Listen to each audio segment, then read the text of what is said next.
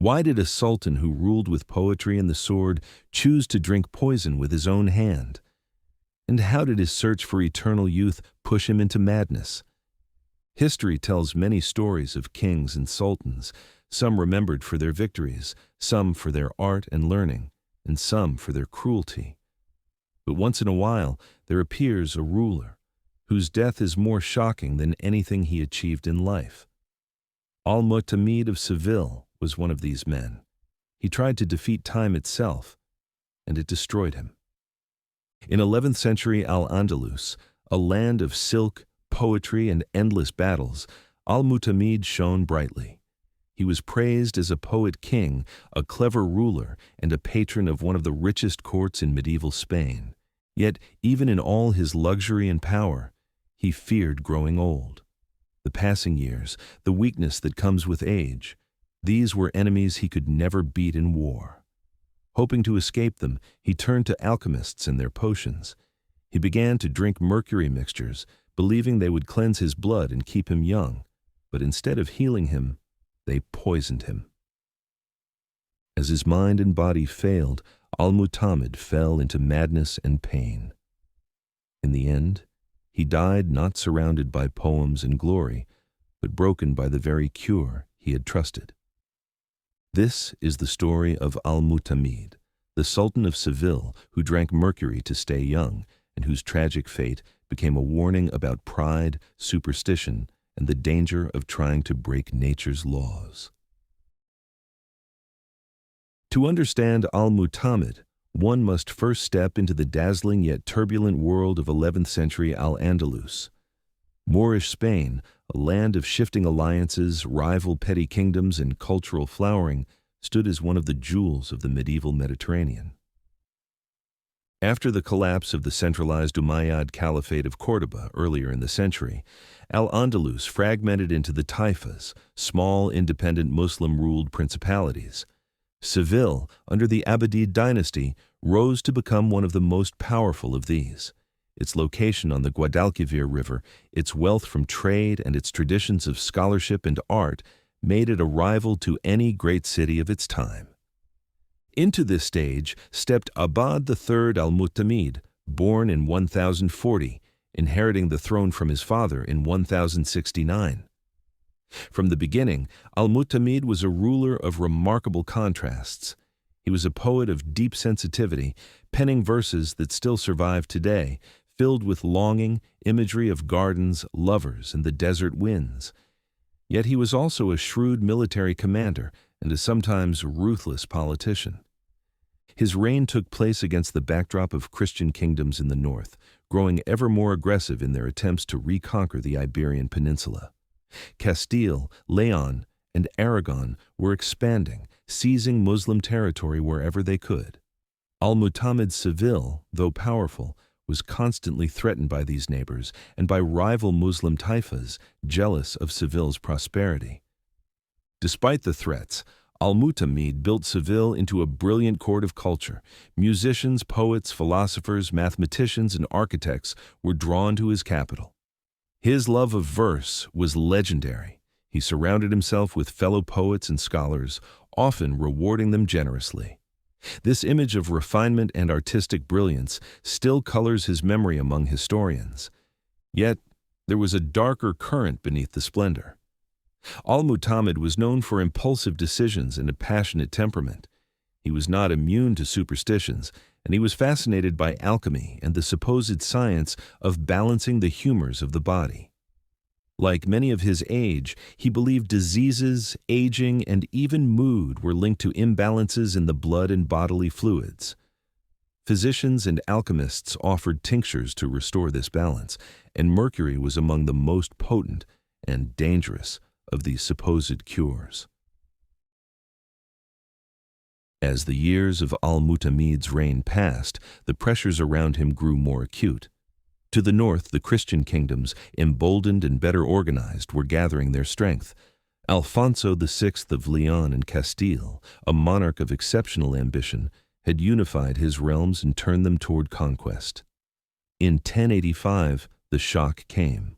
Toledo, once a dazzling jewel of Muslim Spain, fell to Alfonso.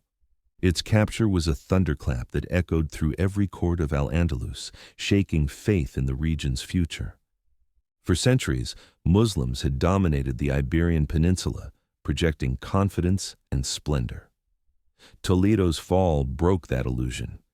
It showed that Christian armies could now penetrate deep into Muslim lands, and that no city, however proud or wealthy, was truly safe. In Seville, the news landed like a hammer. Al-Mu'tamid, whose own armies had for decades managed to fend off both Christian incursions and Muslim rivals, suddenly faced a dilemma of overwhelming proportions. He had watched the Taifa kingdoms fracture and feud for years, but he had never seen a threat this grave, this close. His neighbors, the rival Taifas, sensed weakness. Rulers who had once feared Seville's armies now circled like vultures, calculating how to profit from the Sultan's distress. Diplomats who arrived to speak of alliances left with whispered reports of Seville's vulnerability. In the city itself, anxiety infected every layer of society. In the markets, merchants worried for their caravans, wondering if trade routes might collapse if war swept south. In the mosques and madrasas, scholars debated whether God had withdrawn his blessing from Al-Andalus, whether the time of Muslim supremacy had passed. Rumors grew wild that Alfonso was preparing an unstoppable army, that treachery stalked the Sultan's court, that powerful nobles were plotting to defect to the Christian side. Al-Mu'tamid, already a man of sensitive temperament, felt these fears acutely. He had built Seville into a glittering capital, famous for its poetry and refinement, its intellectual salons, its musicians and architects. The collapse of Toledo was not merely a political threat to him, it was a threat to the entire idea of what he had tried to build. At this moment of crisis, Al-Mu'tamid began to face another enemy, the slow, relentless approach of his own aging. He was entering his mid-40s, a respectable age in an era where life expectancy was far lower. Yet to a ruler, especially one whose authority depended on vigor and presence, the signs of decline were terrifying. He noticed a stiffness in his stride, a subtle trembling in his hands, a fatigue that would cling to him even after a night's rest.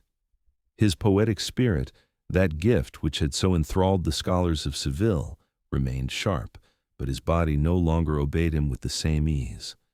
For a man who had been celebrated not only as a patron of the arts, but as a warrior, it felt catastrophic.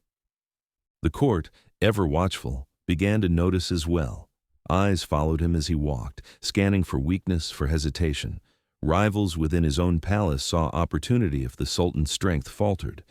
Even loyal advisors worried that a single moment of perceived frailty could unravel alliances and provoke rebellion.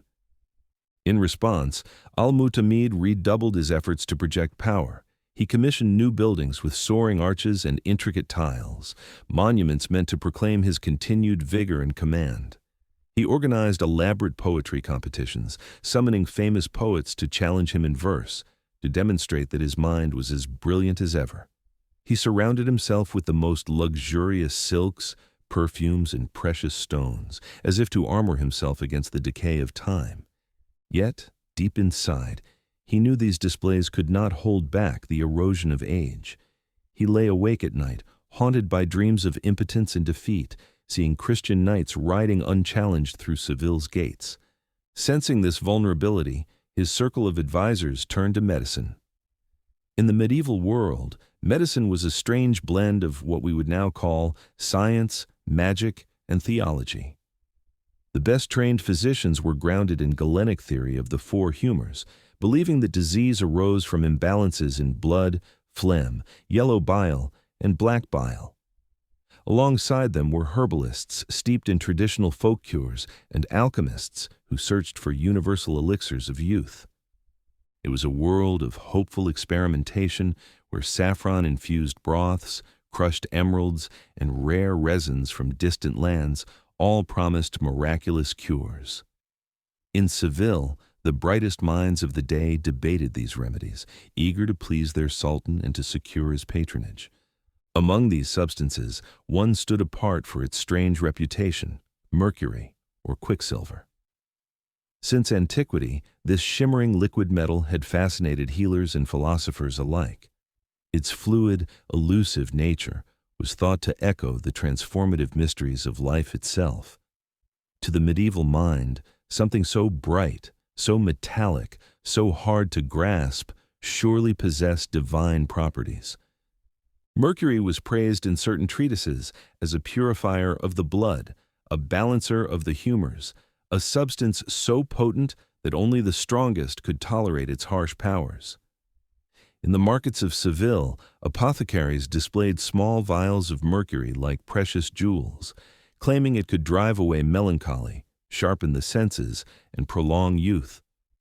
For a ruler confronting the twin terrors of advancing enemies and his own decline, the appeal was irresistible. Al-Mu'tamid's healers, men of learning but also of ambition, made confident promises. They invoked respected authorities from Greek and Arab medicine, assuring the Sultan that, with the right preparation, Mercury could cleanse his humors and restore his strength. They showed him rituals for mixing the tinctures with herbs to soften the poison, recited prayers over the brew, and cited verses from classical texts to cloak their treatment in scholarly legitimacy. Al-Mu'tamid was deeply moved by these assurances. He wanted to believe that science and divine will could be combined, that this elixir might preserve the gifts God had granted him, his mind, his charisma, his poetic soul. He wanted to believe that there was a way to keep death and weakness at bay, to keep ruling, to keep inspiring, to keep creating. Around him, the empire trembled on the brink. Christian raids advanced ever closer, tribute payments were growing impossible, and unrest festered in distant towns. Every day, fresh reports arrived of skirmishes on the frontiers, of mercenaries defecting, of allies turning against him. The Sultan's dread of failure, of seeing his city's greatness undone, only deepened. In this haze of fear, an old man's trembling became more than a symptom. It became a symbol of Seville's vulnerability. Al-Mu'tamid could not accept that symbol. He decided to drink the mercury tincture. It was, to him, an act of hope and an act of desperation. Convinced that the physicians had the knowledge to harness this powerful metal, he placed his trust in them without reserve. He had fought Christian knights and rival taifas with the sword. Now he would fight age and death with quicksilver. And so began the fatal experiment. A powerful ruler, convinced of his destiny, swallowing an elixir that would lead not to renewal, but to ruin. The first doses were taken in secret in the hushed chambers of the Alcazar of Seville. Al-Mu'tamid trusted only a small circle of physicians and a handful of loyal confidants with knowledge of the treatment. He feared that the rest of his court, ever ready to seize upon any rumor of weakness, might see these potions as proof of decline rather than a path to rebirth. The potion itself was a strange blend.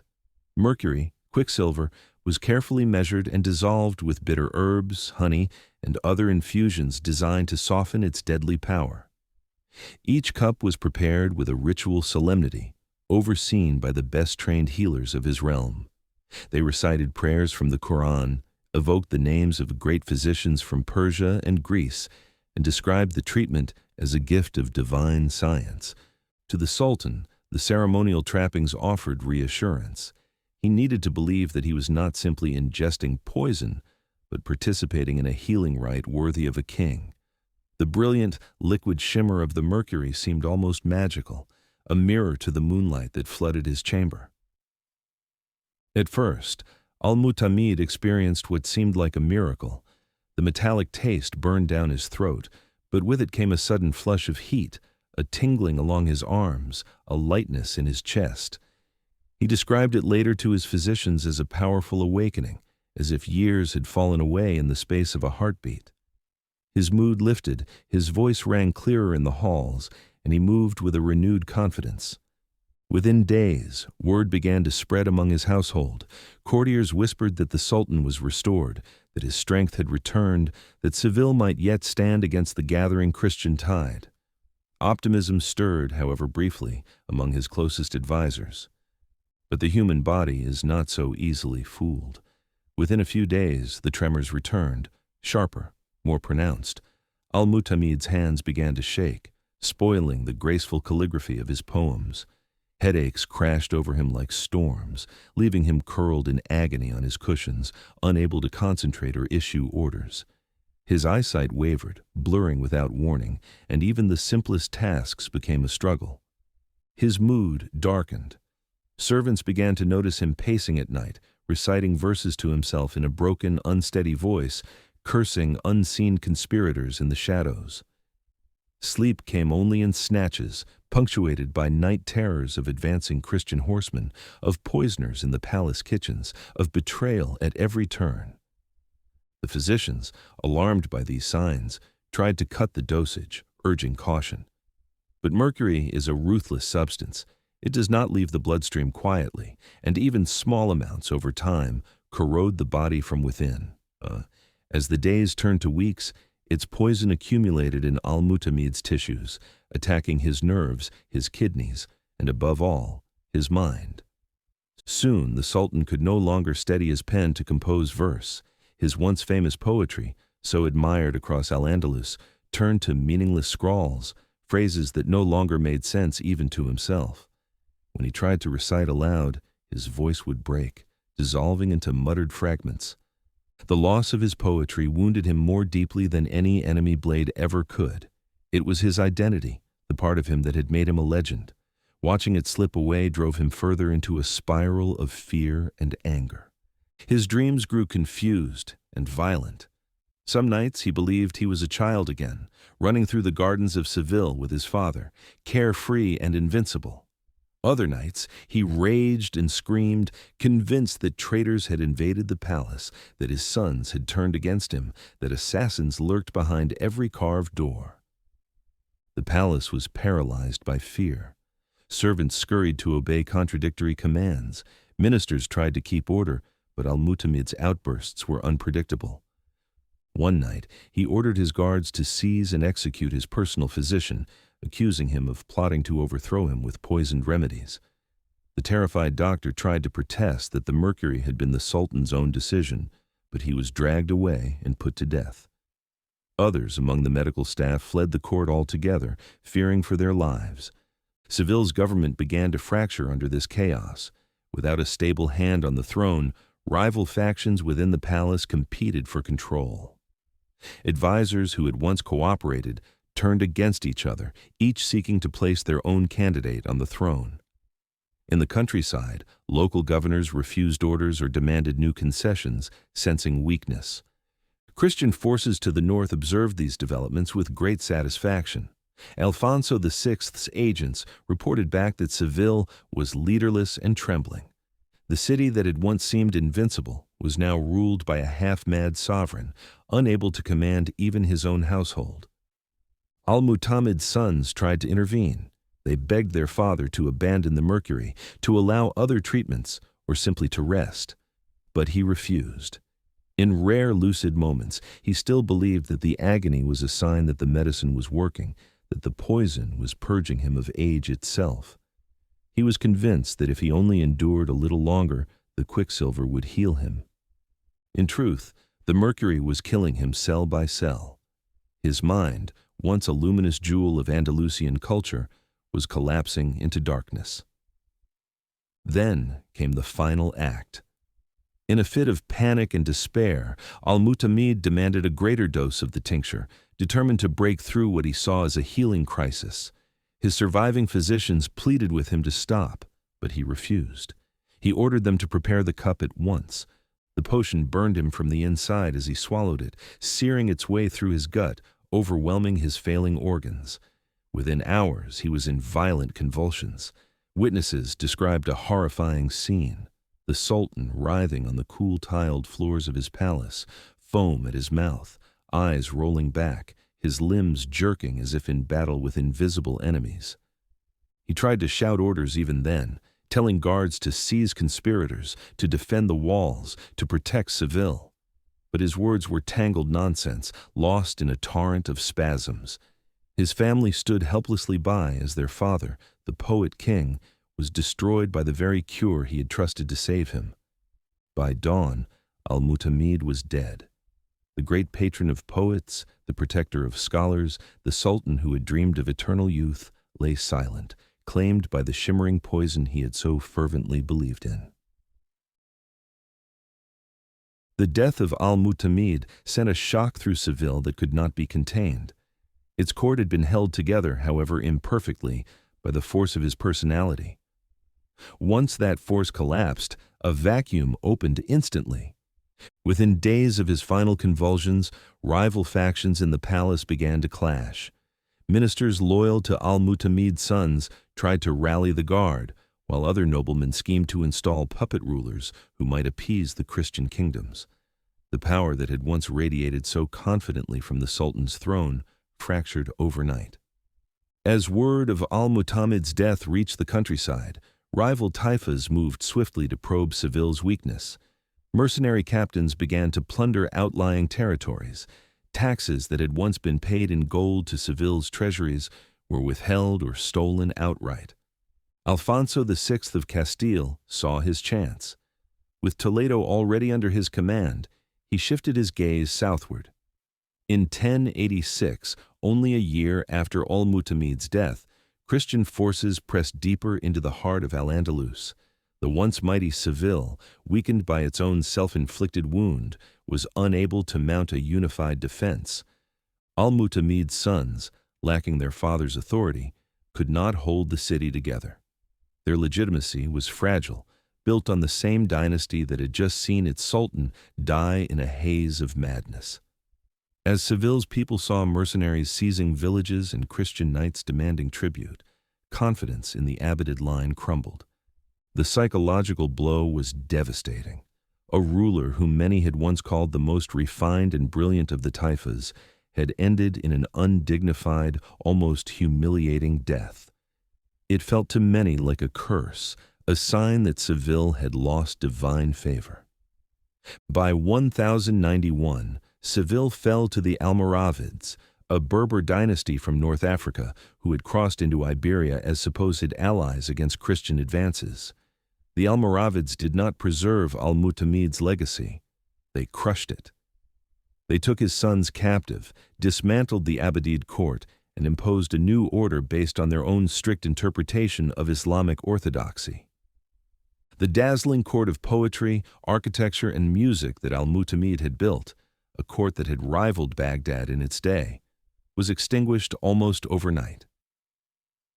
In the popular imagination of Seville, the Sultan's final days became the subject of rumor, of half-truths, of legend. Some claimed he had been cursed by an evil star. Others whispered that he had been bewitched. Many more believed it was divine punishment for arrogance and hubris, for seeking to overturn the order of nature by drinking a deadly poison in search of eternal youth. No matter how the story was told, the reality was inescapable. Seville had lost its greatest patron, and with him, its chance to stand as a beacon of Moorish culture in medieval Iberia. The death of Al-Mu'tamid was more than the death of a man.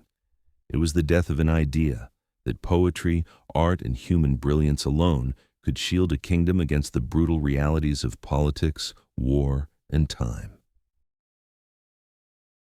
Centuries have passed since the banners of Seville fell. Al-Mu'tamid's palace is long gone, and the fragile verses of his court poets have survived only in scattered manuscripts. But his name remains woven through the memory of Andalusian history, a tragic thread in a magnificent but doomed tapestry. Among historians, Al-Mu'tamid is still praised for his patronage of the arts, for elevating Seville to one of the brightest centers of Muslim culture in Europe. His verses, where they have been preserved, are admired for their depth and their beauty. In them, scholars find a man of immense sensitivity, gifted with language and music, aware of the fleetingness of human joys. Yet, his tragic end can never be separated from that legacy. In his final desperate act, drinking Mercury to cheat death, Al-Mu'tamid became a cautionary tale. His story reminds us of the dangers of blind faith in untested remedies, of trusting those who promise miracles without proof, of letting fear drive us to self-destruction. Even in the context of his age, where alchemy was respected as a branch of philosophy, his experiment stands out as reckless. Al-Mu'tamid was no mere victim of circumstance. His choices, his unwillingness to accept the limits of age, his decision to place complete trust in unproven medicine, sealed his fate. In that sense, his downfall is timeless. Throughout history, powerful men and women have been seduced by the dream of immortality. They have tried to command youth and life itself, as though these were prizes to be taken by force. Al-Mu'tamid's failure echoes the same warning heard in the stories of emperors, pharaohs, and modern tycoons. No human power can defy the laws of nature without consequence. Seville, after its loss, would rise again centuries later under Christian rule. Its monuments, its grand gardens, and its minarets, converted to bell towers, became part of a new narrative. But hidden behind these layers of conquest and transformation, the story of Al-Mu'tamid still lingers. For some, he is remembered as a martyr to his own hopes; for others, a tragic fool. In modern Seville, occasional references still surface to the poet king who drank poison in search of youth. His name adorns schools, streets, and historical plaques. Scholars still debate how much of his legend is fact, how much is myth, and how much has been colored by later chroniclers eager to moralize his story. Yet, however one judges him, Al-Mu'tamid's life and death command respect and caution. They remind us that no amount of brilliance, poetry, or courage can save those who abandon reason in the face of fear. His legacy, then, is twofold: the breathtaking achievements of his cultural renaissance and the bitter lesson of his final days. As the sun sets over the Guadalquivir today, its waters flowing as they did 1,000 years ago, one can still sense the ghosts of Al-Mu'tamid's court, the poets reciting under orange trees, the soldiers polishing their swords, the scholars debating in the cool shade of a marble patio. In their midst, a sultan stands, tall and proud, unwilling to grow old. In his hand, a cup glints with the silvery shimmer of Mercury, the false promise of eternity.